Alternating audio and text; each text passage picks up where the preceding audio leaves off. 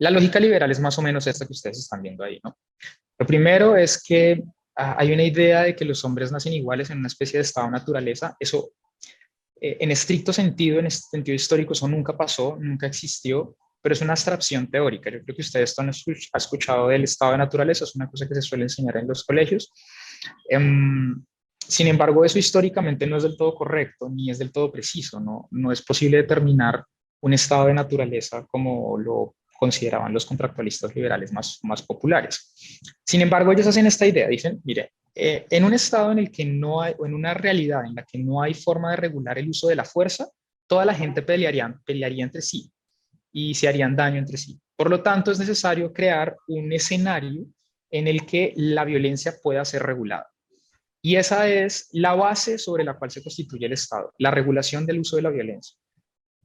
Sobre esa base, sobre la base de la regulación del uso de la fuerza, se construye todo el resto de la estructura del Estado. Esa regulación eh, tiene como función o tiene como objetivo, en el marco de una economía de mercado, garantizar unos derechos mínimos que son los derechos de la burguesía, particularmente el derecho a la propiedad eh, y el derecho a una igualdad política, pero a una desigualdad económica. ¿Sí? Entonces, ese momento, digamos, llamado en sí régimen o momento violento, es el que justifica la necesidad de un acuerdo. Por eso les puse arriba un imperativo político. Como estamos en un estado en el que todo el mundo está peleando con todo el mundo, entonces necesitamos hacer un acuerdo para que esta vaina no se nos venga abajo o la comunidad política no se destruya. ¿Sí? Y ese acuerdo requiere de dos escenarios o de dos elementos fundamentales en el Estado liberal, que son esos dos que les coloqué ahí.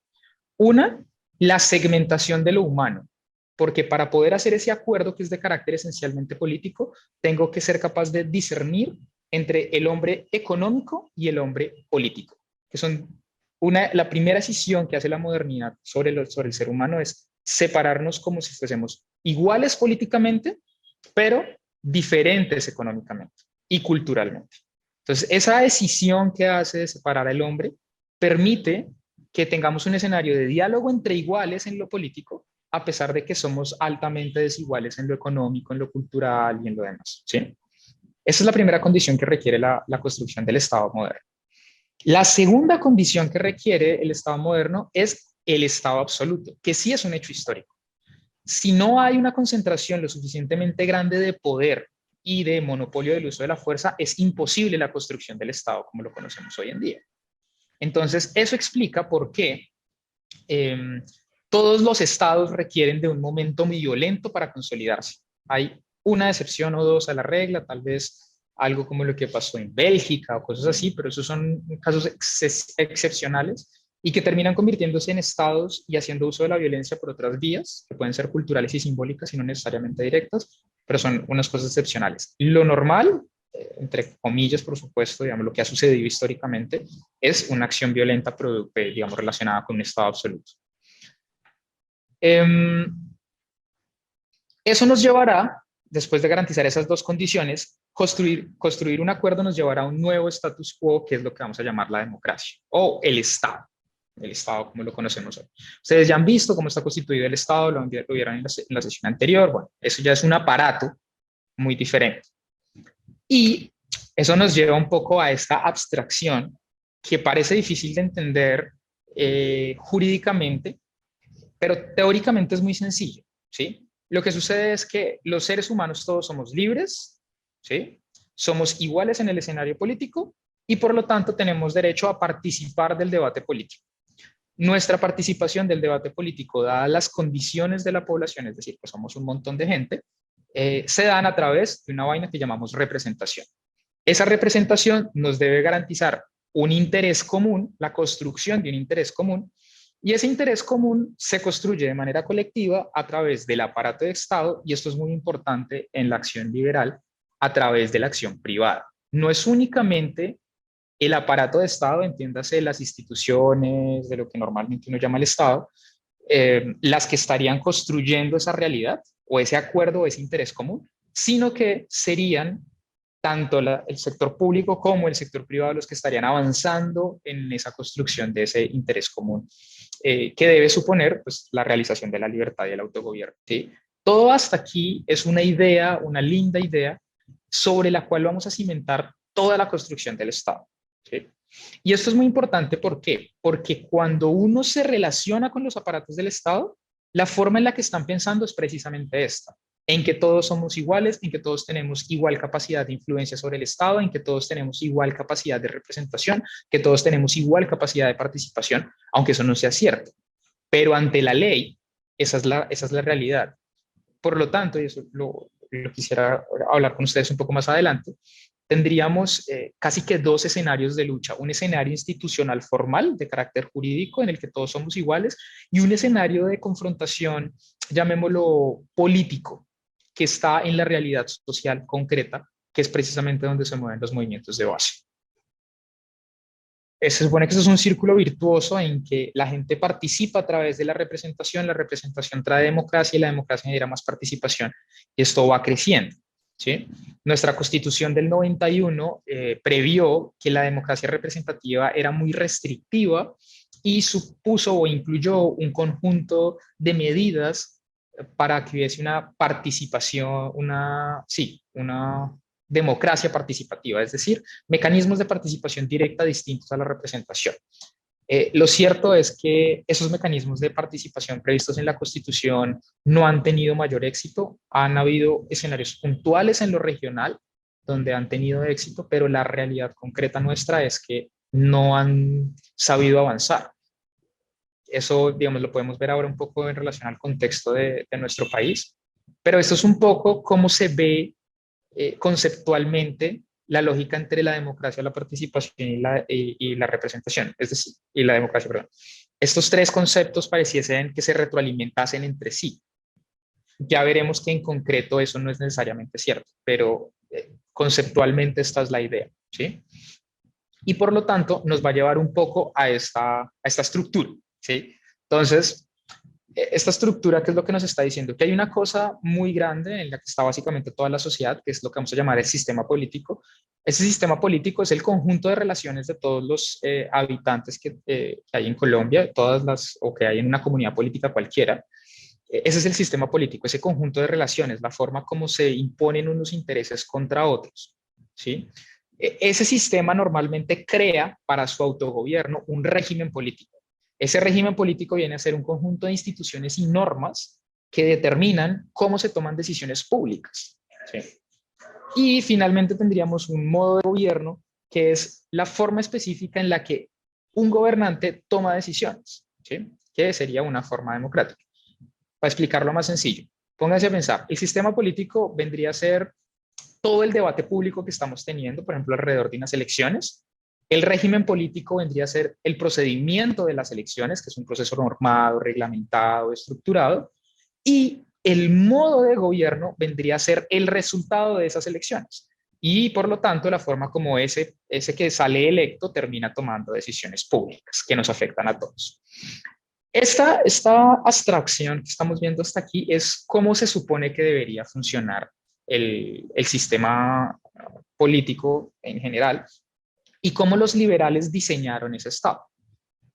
Cuando nosotros en 1991, por supuesto, con nuestra herencia de la Constitución del 86, construimos la estructura del actual Estado colombiano, lo que hicimos fue copiar o asumir la estructura del Estado liberal y por lo tanto hicimos la misma escinsión de la modernidad propia de todos los estados nacionales y es suponer que hay una igualdad en el nivel político que no se ve afectada por una desigualdad económica o cultural, ¿sí? Y de ahí derivamos una estructura de toma de decisiones aparentemente democrática y una forma de gobierno que en teoría responde al interés de la mayoría. Esto que ustedes están viendo acá es la razón por la cual el sistema y la forma de Estado del liberalismo es tan difícil de desarmar, porque desde adentro, desde su propia abstracción, es muy difícil de destruir. Es una cosa muy sólida, muy bien montada, que una cosa lleva a la otra y que no permite de alguna manera la intromisión de lo que uno llamaría la disidencia, lo diferente, lo extraño, porque está montado bajo la lógica de que en democracia la mayoría siempre va a representar el interés común, ¿sí? Ahora quisiera hablar un poco de nuestra realidad mestiza y de nuestra condición raizal, indígena, europea y demás etnias que nos atraviesan, porque todos esa condición de diversidad de alguna manera no cabe dentro de la lógica del Estado liberal, ¿sí? Porque pónganse a pensar en el siguiente escenario. El Estado liberal está diseñado para que haya un diálogo entre iguales, ¿sí? La primera condición del diálogo entre iguales es que al menos hablen el mismo lenguaje o que por lo menos tengan el mismo referente. Nuestra condición de diversidad, no solo en Colombia, sino en general en América Latina, es de tal nivel y de tal profundidad que no es posible necesariamente que tengamos los mismos marcos de referencia. Y si no hay los mismos marcos de referencia, si no hay al menos un fondo moral, un mínimo moral equitativo o común, un mínimo moral común, eh, es absolutamente imposible llegar a acuerdos, ¿sí? Y esa imposibilidad de llegar a acuerdos nos excluye automáticamente de la posibilidad de construir un Estado a la forma liberal de entender el término. Entonces, fíjense que lo que nos ha llevado la estructura del Estado en un escenario de inexistencia de mínimos morales comunes es a la exclusión de ciertas poblaciones o de ciertas comunidades de la estructura del Estado, que es particularmente lo que pasa con las comunidades raizales y con algunas comunidades indígenas. Entonces, ahí ya empieza a hacerse un poco más concreto esta distancia que hay entre lo institucional y lo real, ¿sí? Producto de la abstracción que les hablaba al principio. Por supuesto, hay un montón de características sociales más, pero no nos da el tiempo. La lógica. Cambios profundos en el sistema, es decir, en la realidad, en el conjunto de relaciones políticas, en el conjunto de ideologías, nos va a llevar a cambios en la institucionalidad. Entiéndase, por ejemplo, el actual gobierno. Independientemente de si uno está a favor o en contra del actual gobierno, es cierto que hay unos cambios en la cultura política de la sociedad que empujan a la institucionalidad para introducir una propuesta política distinta. El Estado liberal se imaginó primero y luego se llevó a la realidad con todas las consecuencias que eso tiene. Y a veces, por tratar de estar resolviendo la realidad, nos olvidamos de soñar o nos olvidamos de la utopía, como se dice por ahí. Y por eso recurro a esta canción que me gusta mucho, que se llama Somos Sur, de Anita Tijoux, porque demuestra que tenemos que pensarnos una forma diferente de entender la diferencia. Tenemos que construir una mayoría desde la diferencia y no construir una mayoría desde la identidad, que son dos caminos muy distintos. Constituirse desde los movimientos alternativos en mayoría democrática supone convertirse en una nueva hegemonía, ¿sí? Sin embargo, construirse desde la diferencia supone inventar una nueva realidad política. Perdonen, ¿me escuchan? Oh, caray. Sí, sí. Hola. Perfecto. Sí se escucha. Ah, qué pena, es que tuve aquí una interferencia. Les decía, supone crear una nueva realidad política y pensarnos una nueva institucionalidad que responda ya no a la hegemonía de la mayoría, sino a la capacidad de toma de decisiones del colectivo en diferencia. Esto aún no está resuelto, les digo, pero creo firmemente que es a partir de los movimientos sociales en el que podremos encontrar o construir eventualmente una solución o un camino para la construcción de la diferencia, ¿sí? Esto está teorizado, se han pensado algunos caminos, sin embargo, esto aún no está resuelto. Y creo que la invitación que puedo hacerle a un colectivo como el de ustedes es precisamente empezar a buscar soluciones a lo político desde la diferencia, que nos permitan construir instituciones capaces de responder al interés común desde lo diferente y no desde la mayoría, que termina excluyendo, por supuesto, siempre a quien queda en la minoría, independientemente de quién sea el que quede en la minoría. Entonces aquí coloqué algunos elementos sobre los que valdría la pena reflexionar a la hora de pensarse desde la diferencia. Primero, por supuesto, la negociación intercultural y la integración de pueblos que no comparten el mínimo moral común, que a veces eso es muy difícil de entender. Por ejemplo, ¿cómo hacemos para integrar en la toma de decisiones públicas a pueblos indígenas que tienen dentro de sus usos culturales el ejercicio de la ablación a las mujeres. ¿Cómo podemos encontrar mínimos comunes morales con estas poblaciones? ¿Sí? O con estas comunidades, y cómo las podemos integrar dentro de nuestro sistema político. Segundo elemento que creo que debería pensarse es si de verdad la forma Estado es la forma correcta o la forma más eficiente de gestionar la toma de decisiones públicas, o si es necesario pensarnos una forma diferente y ya no sea el Estado. Recuerden que uno de los elementos que les mencioné al principio sobre las características del Estado liberal, una de ellas es el Estado absoluto, y la razón por la cual se requiere como condición previa sine qua non para la construcción del Estado liberal el Estado absoluto es porque no hay forma de construir un Estado sin la concentración de la fuerza, de tal suerte que yo no tenga que yo no persuada al otro, sino que fuerce al otro a aceptar mi proyecto político. ¿Sí?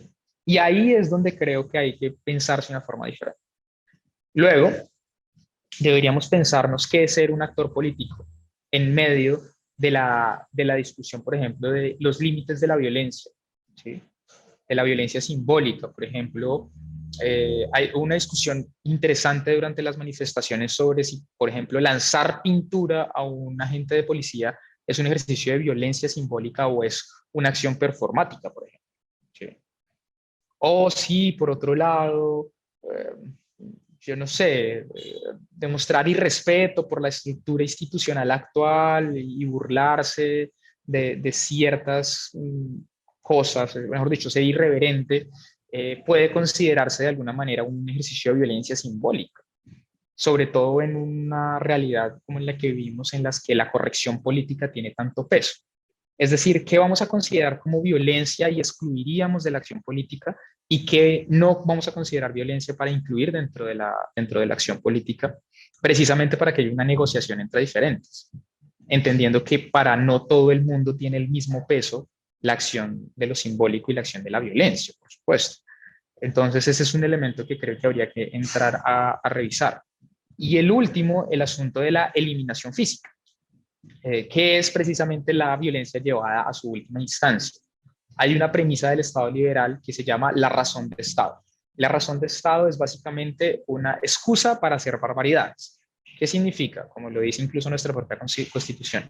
El Estado está en capacidad de someter o anular o suspender todo el orden establecido y todos los derechos establecidos con tal de garantizar su propia supervivencia.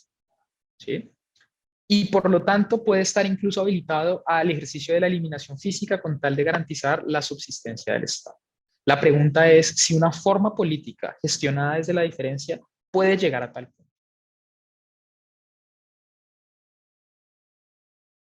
El proyecto político para un siglo XXI y de pronto, si existe un siglo XXII, no sé si vaya a existir, es primero pensarnos como seres vivos y también más allá del lenguaje o de pronto del exceso de información que nosotros estamos teniendo desde nuestra mirada antropocéntrica, pensar en que nosotros vivimos en un planeta y que de pronto ese planeta pues tiene recursos limitados.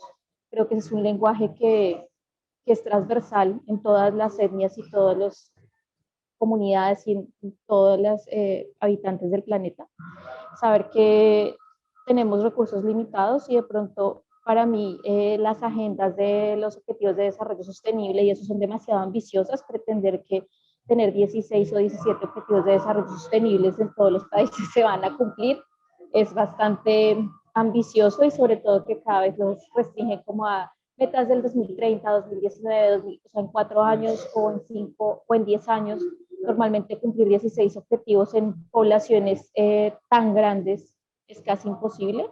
Entonces creería que es más como definir una ruta un poco más justa, un poco más acotada de objetivos comunes y que sean críticos, como, no sé, encontrar parámetros críticos que estén ya como en, no sé, como pongamos el cambio climático, aunque el cambio climático también pues, está, o sea, si uno, por ejemplo, hace estudios de personas o lee estudios sobre personas que piensan sobre el cambio climático en 100 años, se sabe que el centro de o sea, toda la parte tropical va a llegar a un momento de congelación. O sea, nosotros vamos como que se van a invertir o sea, toda la parte del centro del planeta va a estar congelada y los extremos van a estar súper calientes. Entonces, y eso será en 100 años, ¿no?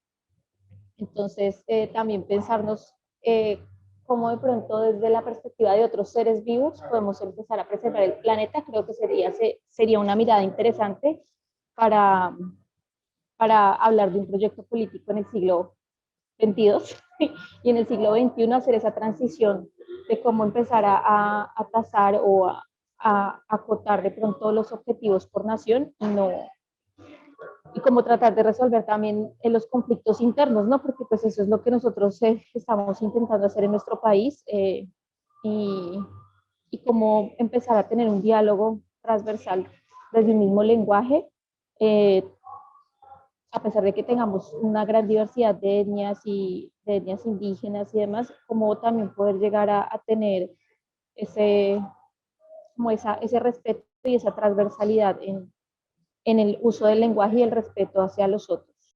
A mí se me ocurre que la única camino que tenemos es charlarlo, seguirlo charlando, seguir masticando, rumiando, como decía Stanislao Zulet. Seguir rumiando y en algún momento pues vamos a poder pasar de vaca a león eventualmente, pero, pero nos tomará tiempo. Y yo creo que es también, me parece que es un mensaje que las organizaciones sociales, muchas lo tienen claro, pero otras no. Hay que tener paciencia.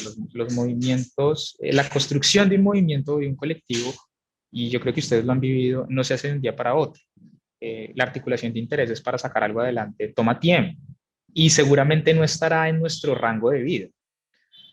Y uno debería tener claro que trabaja para una cosa que uno no va a ver. Y a veces eso se pierde de vista, entonces empiezan a jugar los intereses concretos y entonces nos desarticulamos y entonces volvemos al asunto de los sindicalistas que vendían a sus compañeros porque les regalaban un carro o porque les regalaban una casa y entonces negociaban por debajo del aumento salarial o no entregaban el bono y de esa manera la burocracia de este país y la burguesía de este país terminó desarticulando todos los sindicatos, simplemente comprando a sus líderes.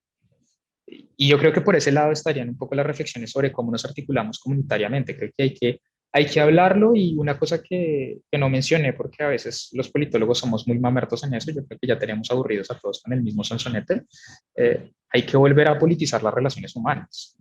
Y hay que entender que la política no es una cosa que se charla en casa, hay que llevar la política otra vez a la mesa de la gente, ¿no? A mí me parece tan triste que en Colombia digamos que en la casa ni de política ni de religión se habla. Entonces, ¿de qué hablamos? ¿Sí? No nos tenemos que matar por pensar diferente, pero hay que hablarlo. Y hasta que no empecemos a construir esas bases, veo difícil que podamos construir una política desde la diferencia. Digo yo que a lo mejor me equivoco, pero digo yo. Y como sociedad y como colectivo, desde lo local se puede hacer mucho, se puede hacer muchísimo eh, por, por buscar un camino que nos permita llegar allá, hablándolo, discutiéndolo, lo que digo, volviendo a llevar a la política a la mesa.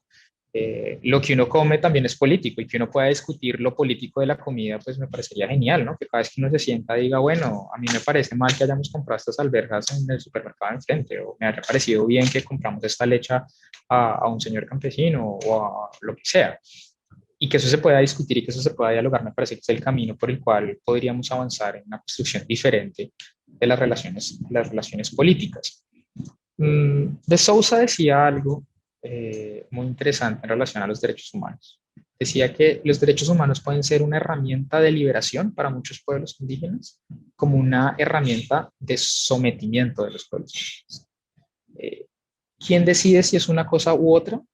Decía él en su texto, los pueblos indígenas según su habilidad política para instrumentalizar el discurso hegemónico y colocarlo a su favor. Y creo que un poco con el Estado nos pasa un poco lo mismo, ¿sí? Puede que no sea la herramienta ideal, pero por la vía de la garantía de derechos, miren cómo se ha transformado Bogotá, para colocar un ejemplo. La Bogotá del 2022, en términos de garantía de derechos, está a años luz de la Bogotá de 1991 o 90, cuando se dio la primera elección de alcaldes. pero años luz. Entonces creo que por esa vía la cosa podría instrumentalizarse de alguna manera para que podamos pensarnos un camino diferente.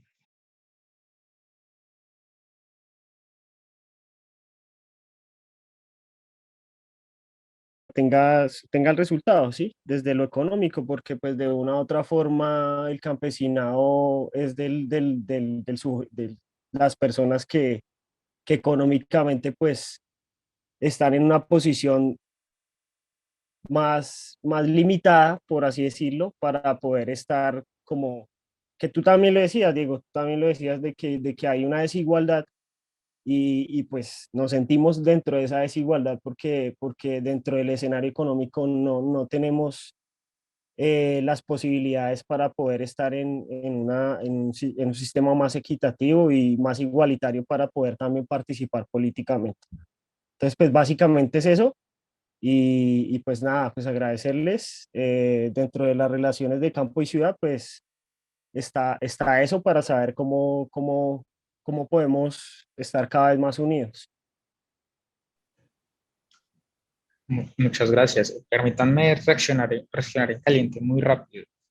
Lo primero es que en concreto, David, pues por lo menos de mi parte y desde el centro de investigación, mientras esté al frente, cuente con nuestros limitados conocimientos y lo que podamos hacer para dialogar entre los saberes disponibles, lo vamos a hacer. Y bueno, para eso son estos espacios de encuentro, por supuesto, para que podamos ir creciendo en redes y bueno, digamos, de entrada en lo concreto, eso le puedo decir. Lo segundo que quisiera decir es que a veces el asunto con la institucionalidad no es solamente la cooptación, sino la distancia que existe con la estructura burocrática. A mí me gusta pensar, y esto es una idea, digamos que no respaldada por la evidencia ni por ningún autor que valga la pena. A mí me gusta pensar que la gente que estudia ciencia política como yo, o que nos dedicamos a esto, somos una suerte de traductores. Nos encargamos de traducir la complejidad de la institucionalidad pública a la gente para que la gente pueda tomar decisiones, la población en general, y traducir los intereses de la población en general al Estado para que el Estado sea capaz de entender las urgencias públicas, porque la realidad es que, como les decía, no hablan necesariamente el mismo lenguaje. Y a mí me gusta creer que ese es mi trabajo, me siento cómodo creyendo que eso es a lo que me dedico. Y en ese sentido, a la hora de relacionarse con las instituciones públicas, creo que lo que hay que tener claro es que con quien uno está interlocutando no es una persona con intereses concretos, es en realidad un burócrata. Y el burócrata tiene unas características muy particulares. De entrada, dentro de la ley, al burócrata solo le está permitido hacer lo que la ley le permite, no lo que quiera, a diferencia del resto. Y esa característica hace del burócrata una persona poco permeable a la lógica y más bien muy sometida a la estructura de toma de decisiones.